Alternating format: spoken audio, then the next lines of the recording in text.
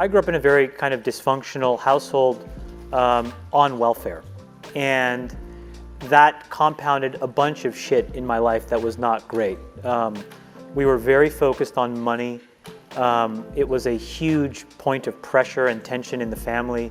It created massive depression in my father, drinking, it was very dysfunctional. And there was some point along the way where I was like, okay, is money like really important or not important? Hey folks, welcome back to Chamath Palihapitya Zone. In this video, we will go through some of the most intriguing points raised during the discussion. Before we move on to the video, don't forget to drop a like on this video and subscribe to the channel if you haven't already. Make sure that the post notifications are turned on so that you never miss a video from us. Without further ado, let's dive in. Chamath Palihapitya emphasized how money is a tool for change that should be used to make the world a better place in his view from the top talk. For those who are unfamiliar with Chamath, he's a 45-year-old Bay Area-based entrepreneur who was a member of Facebook's executive team until quitting the firm in 2011. He's been a key figure in the venture capital industry and the early phases of a number of successful web enterprises over the previous decade. He is the founder and managing partner of the Social Plus Capital Partnership, a multi-billion-dollar venture capital firm. The fund is backed by some of the world's most powerful commercial, financial, and technological entrepreneurs, and it focuses on investing in extremely disruptive concepts in healthcare, education, financial services, and the internet. That's a long list of credentials. But credentials aside, we believe you will be able to agree that he's one of the game's smartest players if you listen to what he has to say. IRR, or the internal rate of return, is a typical metric used by most Silicon Valley investors to determine the success of an investment. The issue with this statistic is that it tends to focus attention on short-term gains, thereby jeopardizing a company's long-term success. Investors will constantly inquire about the rate of annual revenue increase. You will most likely receive the funds if it meets their requirements. However, they will need to expand their involvement. How can you achieve this high demanded growth rate of 80%? As each investor seeks more growth from the company from round to round, this expectation leads to extravagant marketing and sales spending. Rather than wasting money on additional Facebook and Google ads, entrepreneurs should concentrate on product market fit and establishing a long-term competitive edge. Rather than being used for marketing and sales, venture capital should be used for R&D and commercialization. Things got hard, I pushed through the pain. The entire culture has been programmed to no longer be patient. The fail-fast strategy works in consumer internet firms, but it doesn't work in the real world. It's all about psychology when it comes to consumer internet enterprises, because humans are unpredictable. That's a field where you want to fail quickly. So you want to figure out how to manipulate them psychologically as quickly as possible and then give them that dopamine shot back. Facebook has done a fantastic job. It's been done by Instagram. It's been done by WhatsApp, Snapchat, Twitter, and WeChat. There are many examples of how failing quickly is the best way to exploit the psychology of large groups of people.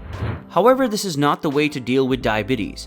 It's not how precision medicine is used to treat cancer. This is not how large swaths of the world's people are educated. It's just not the case. Everyone else needs to do a little more soul searching about what they're willing to do, because even if they don't recognize it, they're being trained. It was inadvertent, but now we have to figure out how much we're willing to give up and how much of our intellectual freedom we're not willing to give up. We should have huge, bold points of view on the world and then learn to be patient with them. It tries to create a sense of urgency, to check it frequently and keep current. He claims that this approach doesn't work for anything that really matters. True innovation necessitates people devoting a significant amount of time to the creation of something extremely beneficial. Disruption is commonly referred to as a revolution, but it is actually a slow but continuous evolution. This is the only way to ensure that the promise of a better future becomes a reality. Identifying winners on a regular basis is the key to successful venture capital investing. This is not the case with most Silicon Valley venture capital firms. In fact, the venture firms that made the first investments in the most successful startups with valuations of over $50 billion have very minimal overlap. I would like us to employ at least 10 million people through the businesses that we own. I would like our businesses to positively affect at least a quarter of the world's population. And I would like us to have made cumulatively about $1 trillion. That's my 2045 ambition. I think if we do that, we are the modern face of capitalism for the next 50 years. So how we do that now becomes really important. So if you think about building businesses today that could do any of those three things, you have to be technological.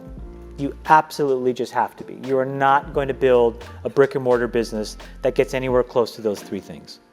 What is undeniable is that we are destroying our planet's biodiversity and that we, as a human population, will be forced to concentrate as some sections of the globe are submerged by water. These have been proven to be correct. Despite this, no one is actually working on a solution. Part of it is because people will lack the motivation to pursue it, and the capital markets will not reward such decision-making. However, if someone were to solve it, he or she would become a multi-trillionaire. The next big thing in food delivery isn't going to be food delivery. Although there are plenty of unethical, unproductive, and dumb businesses that have obtained funding by performing such nonsense. In the face of climate change, consider that for a moment. Consider this. When you and your friends find your partner, significant other, husband or wife, you will not be able to hand off a planet that they can predictably live on if you marry and have children. It's your generation's turn and no one is doing a damn thing about it. Chamath's insight on money is an instrument of change. Although it is popular in liberal circles to despise money, he claims that it drives the world for better or worse. Money will be created and distributed, and you have a moral obligation to create it and utilize it to reflect your worldview. It multiplies and supports your worldview in our society. Money must be employed as a tool. Economic incentives for better or worse drive vast swaths of population to behave in very predictable and then unpredictable ways when they are removed. You have a distinctive point of view that matters, but without capital, you are irrelevant. With capital, you become influential and can make decisions on small, medium, and large scales. It just relies on the size of your capital. Whatever your worldview is, you should spend time considering it so that when you have power over some of these purse strings, you can push that view out into the world. The more perspectives there are, the more sensible actors there are, and the more balanced and fair a system we have. According to Chamath, the world is currently ruled by a small group of men, largely men who are not tech entrepreneurs, but rather oligarchs. They are in charge of determining how money moves and is allocated. Their perspectives are broadened. As a result, it's critical to become one of them and reallocate your resources in accordance with your perspective. So take the money and put it to good use. Expressing your point of view. We can all pretend we're all fucking geniuses. Honestly, be good copiers. Do you know what I'm saying? It's the best thing in the world. Like, be around high-functioning, high-quality people and just copy the shit that they do.